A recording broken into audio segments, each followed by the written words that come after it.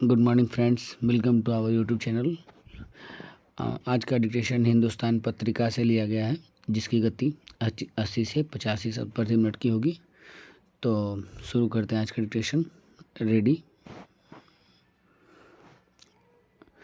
एक दिग्गज सूचना प्रौद्योगिकी कंपनी ने लगभग पूरी दुनिया को जिस तरह से प्रभावित किया है वह न केवल दुखद बल्कि चिंताजनक है।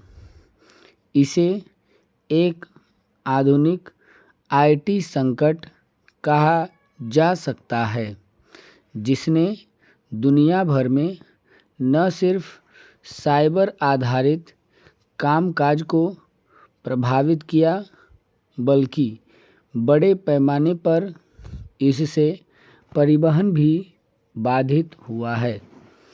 इस वजह से दुनिया को कितना नुकसान हुआ है, इसका हिसाब लगाने में अभी समय लगेगा। नुकसान का एक पहलू हवाई सेवा के नज़रिए से देखा जा सकता है। एविएशन एनालिटिक्स कंपनी सीरियम के अनुसार वैश्विक आईटी संकट या आउटेज के कारण 1390 उड़ानें तत्काल प्रभाव से रद्द कर दी गईं।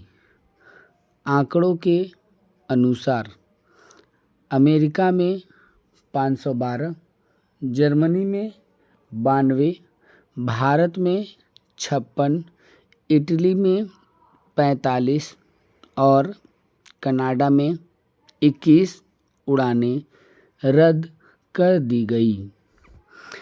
टिकट लेने से रद्द कराने और रिफंड लेने तक यात्रियों को बड़ी परेशानी झेलनी पड़ी। अमेरिका समेत कई देशों में तो रेल यातायात भी बुरी तरह प्रभावित हुआ।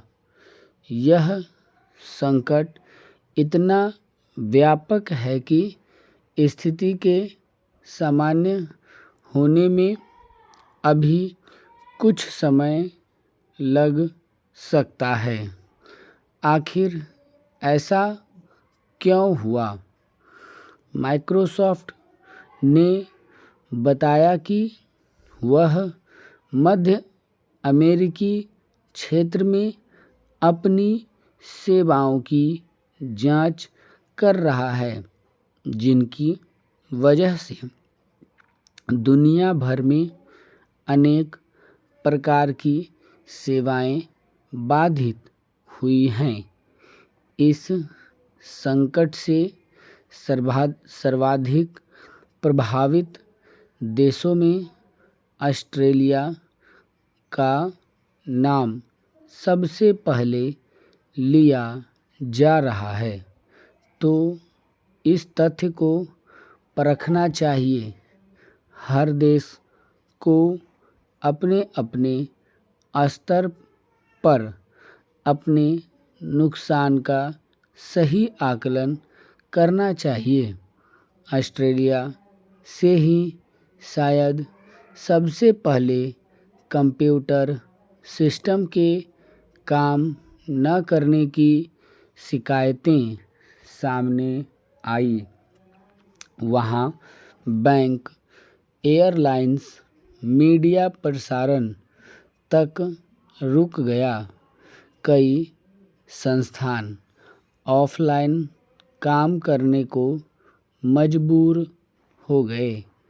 अभी तक की सूचनाएं यही इशारा करती हैं कि माइक्रोसॉफ्ट संबंधी इस संकट के पीछे एक साइबर सुरक्षा फर्म काउंटरस्ट्राइक का हाथ है। कोई ऐसा अपडेट किया जा रहा था जो बुनियादी रूप से वैश्विक साइबर तंत्र के अनुरूप नहीं था। यह कोई साइबर हमला नहीं था, बल्कि सेवा में कुछ अपडेट करने के चक्कर में यह महासंकट खड़ा हो गया। जिम्मेदार कंपनियां इस संकट के लिए तैयार नहीं थीं, तो जाहिर है साइबर सुरक्षा कंपनी क्राउड स्ट्राइक के साथ ही माइक्रोसॉफ्ट को भी आर्थिक रूप से नुकसान उठाना पड़ेगा। विकसित देशों में अनेक कंपनियां इस संकट की भरपाई का मुआवजा मांगेगी। वाकई यह एक ऐसा संकट है जिसे उदारता बरतते हुए भुला देना आने वाले समय के लिए बहुत भारी पड़ सकता है। यदि इरादतन कोई अपराध नहीं हुआ है, तब भी जो लापरवाही या उदासीनता बरती गई है उसका माकूल हिसाब होना चाहिए।